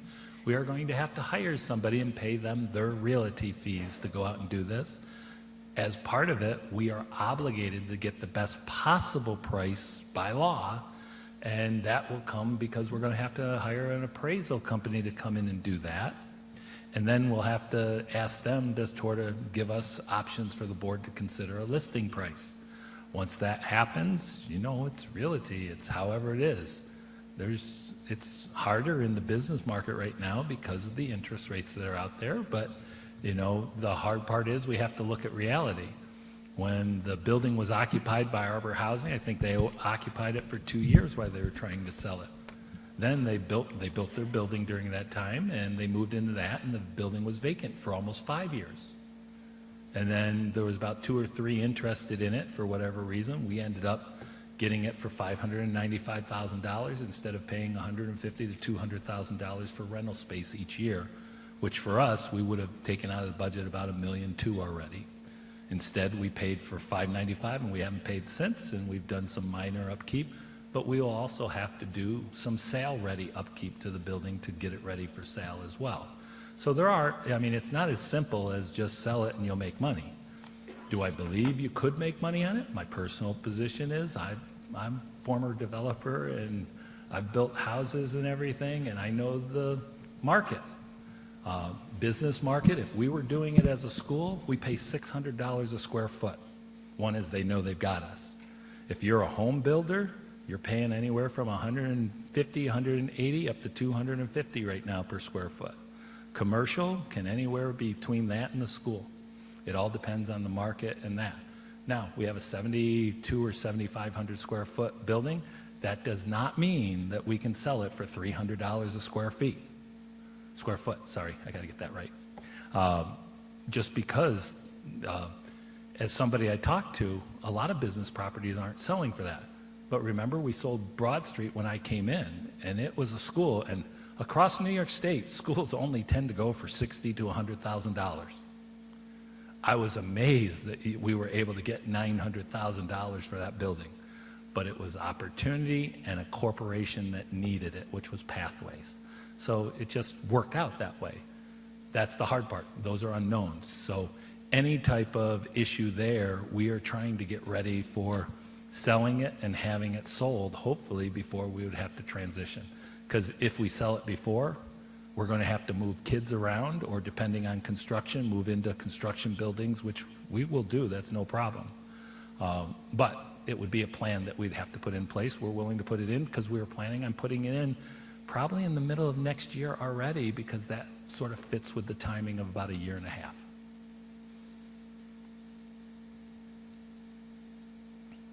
Rena?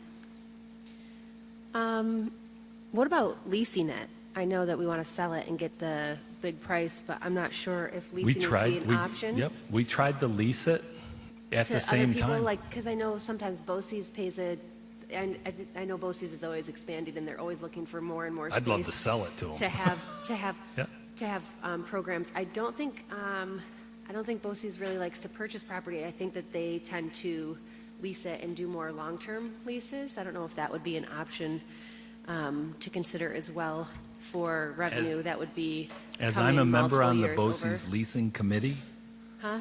as I'm a member on the BOCES leasing committee for GST, I'll pose it to the superintendent. I mean, just to see, I know that they're always busting at the seams up there. And the other question that I had on the list, or to just comment on it, I think line item 21 is the one that Warren was talking about for the reading services for children. Response to intervention, I know that those said that they're grant funded, but I think that that was also maybe one to keep. I know Aaron had said 17, 19, 20, 18, 24. And then to comment on,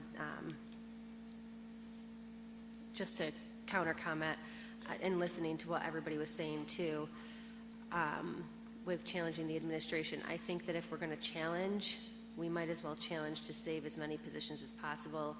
And those positions of people, even though they are administrators, they are in direct contact with students, and they affect students on a regular basis.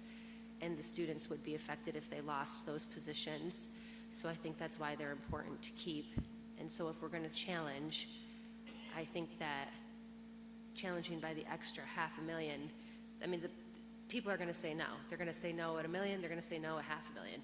Scenario D still stays the same if you still go by the extra $500,000 to try to save these people. So I say, if we're going to give it to them, might as well try to get everything to save all of the people, and then see what they do.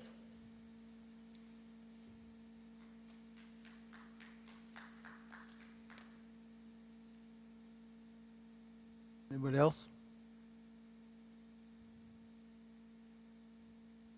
All right. I do have concerns about,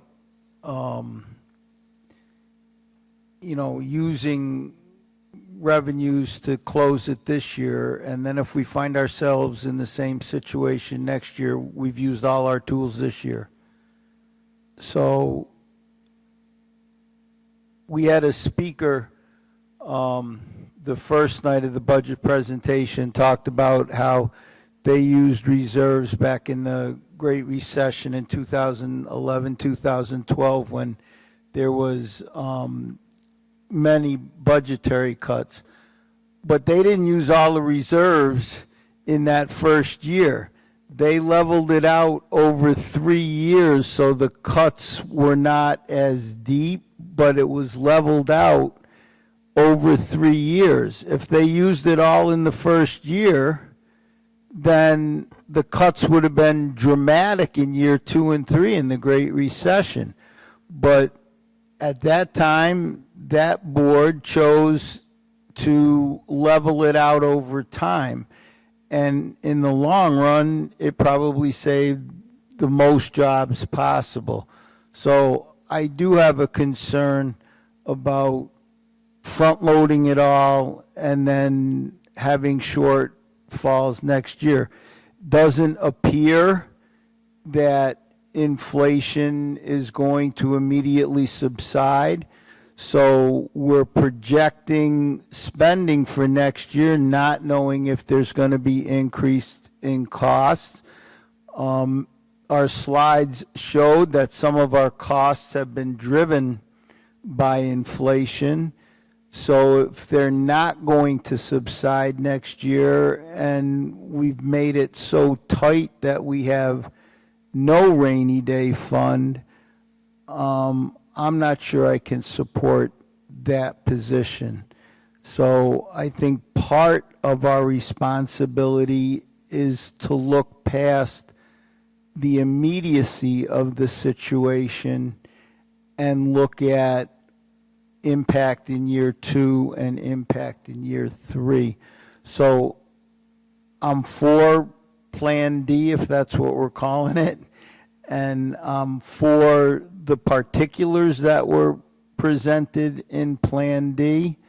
And if you can, monkey around the edges and do some magic or something, or you get the tooth fairy visits you tonight or something like that, that's one thing. But other than that, it's going to be Santa.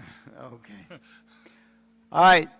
So are there any other? So if I can surmise a little. Okay. then, Oh, we need some sort of resolution. Is that Well, what we it need? I sounds need my like- wordsmiths then. Or at least, I'm not wordsmithing. I read what I said for Candy the last time.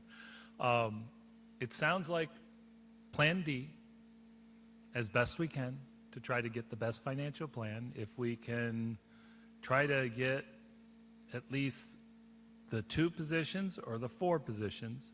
I will say, if you want the 4, I need the board to direct me, because if I put those positions back in, the public outcry is going to be huge, and I don't like saying that, but I'm a realist too. And I need the board to say, you put those 4 positions back in, and I don't mean to put this upon you, but I think the community needs to know, because I certainly understand it and support it. But I have a job to make sure I give you all options to get you the best rate for our community. So it's option D, right now 2 million or somewhere around there, depending on what we get with state aid. Try to keep that levy there or below it. See what we can do with, if any of the people. Right now, it seems like the board says at least the non-administrative would be preferable versus the administrative, but I need that clarity, and I think we can put something together for tomorrow, hopefully have the rate projections, and I'm hoping there's some clarity from the state. Does that grab it, so to speak? Without a vote, just thumbs up. Do you think I'm close to what you're saying, or do I need to tweak it, because I'll have Candy read what I said back? Mr. Conklin? All right, I'm just, okay. Go ahead, Ms. Andres. Oh, sorry. So are you saying that we're going to do Plan D with still keeping it at the million and the 2 million, or Plan D trying to work in to the 1.5 and the 2.5? Not to the 1.5, but somewhere around the edges, I think I said, to try to maybe the 2 positions. And I think that's where people were, depending on state aid, if we get it, depending on a little bump up in the debt service to cover that cost. Well, and I'm okay, like Liz, I liked that clarity. I mean, that's only a $12,000 line for NISBA, so that's not really a big deal. 2 of those are what people were here Yes, people, strongly yes. advocating for in Right. the people positions, so I think that that's not a big deal. And like I said, the other positions, even though administrative, have a direct impact with students and have positive relationships with students. So I think that that would be detrimental to students in that aspect. So I thought Doug and Aaron were also on the same page as me with trying to get to the D with the 1.5 and the 2.5. And then, of course, also waiting to see what happens with the state, because something could happen from there.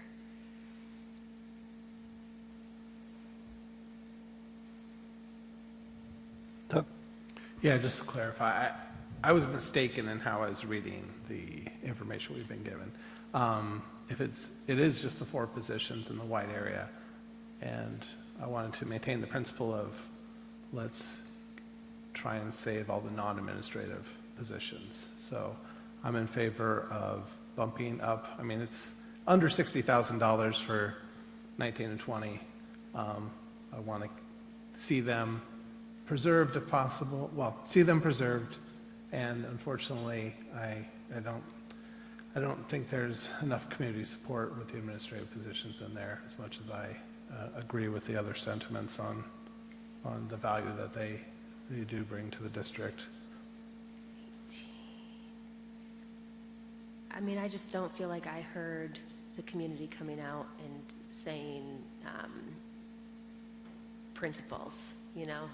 I didn't hear that, and I've had people actually reach out to me, and I didn't share it, but talk about those people and the importance that they were for their student and trying to advocate for them. So I don't know if that's necessarily the administration that people are saying or communicating. The other line, like I was looking at too, is that response to intervention, reading shared 21. I mean, I know that might not necessarily be people per se. Maybe that's a program. No, that's a vacant position, and the program will still remain strong through our people. Oh, this is a Yeah. completely vacant position. Okay, because I didn't realize it was Yeah. vacant. Every position above that line is vacant or attrition or open because of either district reasons or personnel reasons. Okay, so then that even takes my total down even further from the initial, because I had the 1, 2, 3, 4, 5, 6, 7 positions at the 473,634. So, I mean, yeah, I'm just thinking that if we're gonna, like, challenge, why not challenge? I've already said that, but, okay, so maybe it's just me then. Doug? I'd like to call the question, or at least move the question as proposed by Dr. Douglas. Or laid out by Dr. Douglas. I don't know really what the question is. So I heard it as option D, and add the 2 non-administrative positions back in. Around the somehow. fringe. Probably state aid alone will take care of those 2 positions. If possible, yes. And that would be the general outlines of the budget approach. And develop the best financial plan to move forward.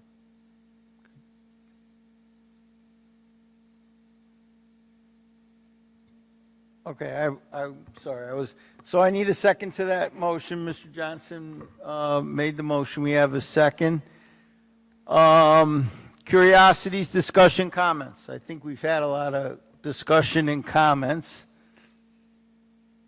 So all in favor? Aye. Opposed? Christine?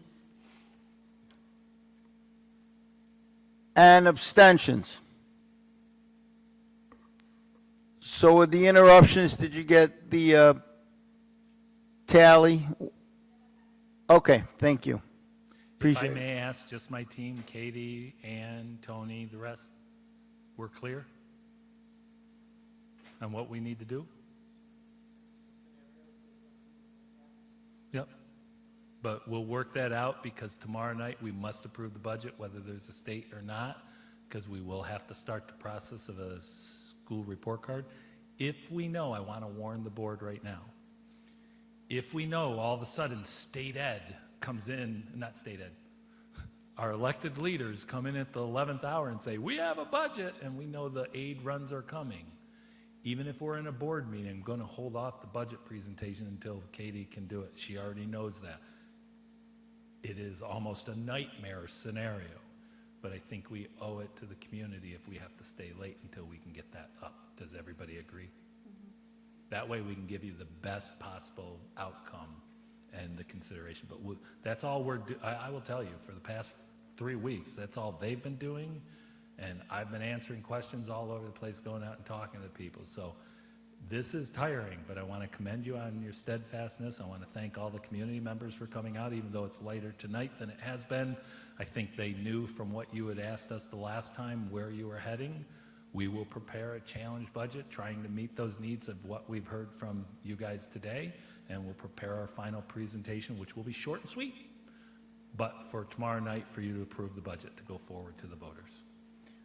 2 things. One, so do we need to, because the gap was $1,080,000, do we need We'll to adjust all add that 80 Yeah. into there? So that's another $80,000 that we Yeah, haven't talked about tonight. actually, we did that, but we did it at the last minute. Okay. What, like scenario D at 1,080,000 would be roughly, I think it was 8.87. If we did debt service at 22,080,000, it would be 8.7. Yeah, I'm just So, trying to, yeah, because if we you're. will- we if- will try to when you add in massage these that. other positions and that, it just Yeah. continues to drive it up. Yeah. And then the other thing is, because we have the potential of it being late, I mean, should we just start our board meeting an hour later tomorrow night? As long as the board doesn't mind me putting that up and so forth, but we could always come and we have other things that we can do in executive session. Right. There is an update. That's About the 80,000 or the board meeting?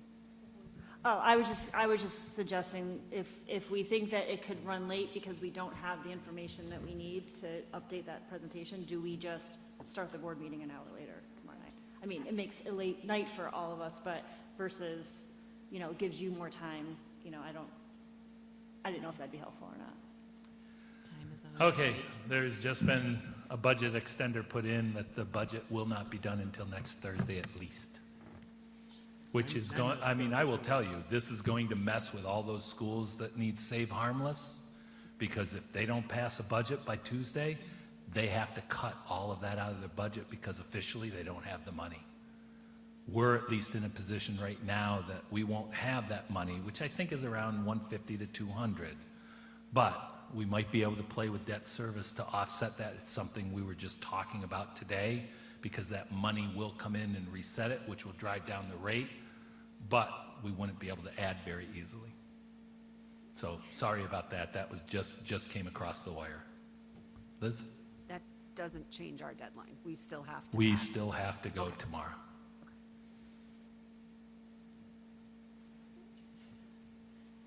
So then we should just come in early because we just got the update, so just do the normal time.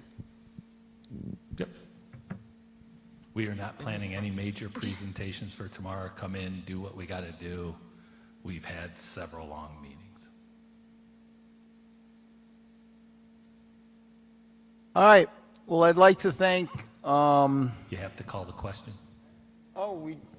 we Oh, voted, did you already right? vote? We voted, I missed that, sorry. correct? Can I just ask one more question, I think it'd be helpful for clarification. So, and for the public too, because we've had all this talk about transparency and a line item budget. In terms of the actual budget proposal that we would vote on tomorrow, can you just speak for a minute? What will that look like? What should people expect would actually be available for the public to see? Sure.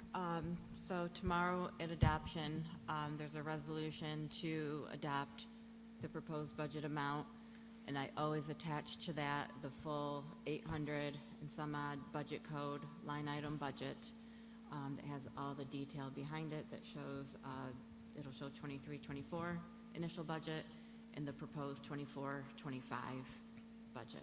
So you'll have that line by line, 800 lines, all outlined by code. And that has to be done tonight till tomorrow night. And then afterwards, each month, that same exact budget is revenue and expenditures just in the capital lines, which we're required to do. Thank you for explaining, I appreciate it. Liz? Also, we share that information out with the public with the All of it is newsletter. Could public you- information, yes. On the website, yeah. It'll be posted on board docs as a public document. We've had some nice suggestions that, here's the hard part. We've had some great suggestions, oh, your website stinks, you need to update it. In our budget, we had $45,000 to update it. Guess what? We've cut it. So we'll try to take some of those suggestions and work with what we have until we can update it. But they were very good suggestions, and we asked the public, just contact my office. I'd listen to everybody, I'll meet with anybody. Good suggestions lead to good follow-through. Ms. Chavon? Warren wants to know where our meeting is tomorrow. Is it in here? Just Okay. in case. There you go, Warren. It wasn't the, well, it's going to be in the It auditorium. will be also, here. right? We're leaving it set up tonight. I just looked on my calendar. So now that we have tentative direction, we have the April 18th, tomorrow night. It says Multimedia Center because we just failed to change it. And then May 9th is the public hearing where anybody can come out and comment on the budget if they haven't already. That is not a night the board can't change it, but they can weigh in what their thoughts are on it. May 21st is the budget vote, Board of Education election vote, South Gym, Horseheads High School, 7 a.m. to 9 p.m. And then May 23rd is our actual, after tomorrow, our next regular business meeting. And I think we have scheduled their hiring and protocols for the district at that point as well. And then we'll return to our regular schedule. Hopefully not having to do another budget. Thank you, everybody. I think we need a motion to adjourn. All right. I'd like to thank all of the public that came out tonight. I'd also like to thank any of the public that viewed live stream. Thank you for your concern for the children of our community and expressing your interests and your thoughts and your desires. So with that said, there'll be another meeting tomorrow night. That will be a regular business meeting, not just a budget workshop. There'll be other business to be addressed at that meeting also. With that said, I'll take a motion to adjourn. So moved. Curiosities, discussion, comments? Can we have one final clarity on the start time for tomorrow? Is it 6 or 5:15 for us? Right now, I do not have anything for initial executive session, but honestly, we haven't been talking about anything other than budget, so I may have to let the board know that tomorrow. But right now, it's tentatively for 6, but you should prepare for 5:15 just in case.